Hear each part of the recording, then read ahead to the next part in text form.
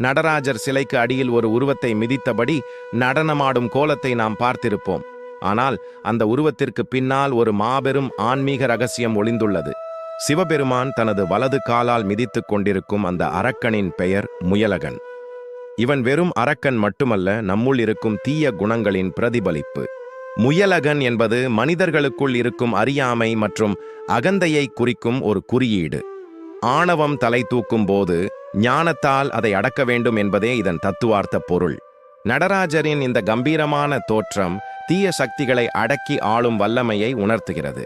ஆனால் சிவபெருமான் அந்த அரக்கனை முழுமையாக கொல்லாமல் வெறும் அடக்கி மட்டுமே வைத்திருப்பார். ஏன் தெரியுமா? இந்த உலகில் இருள் இருந்தால்தான் ஒளியின் மதிப்பு தெரியும். அதுபோல அறியாமை என்று ஒன்று இருந்தால்தான் அறிவின் உன்னதத்தை நாம் உணர முடியும்.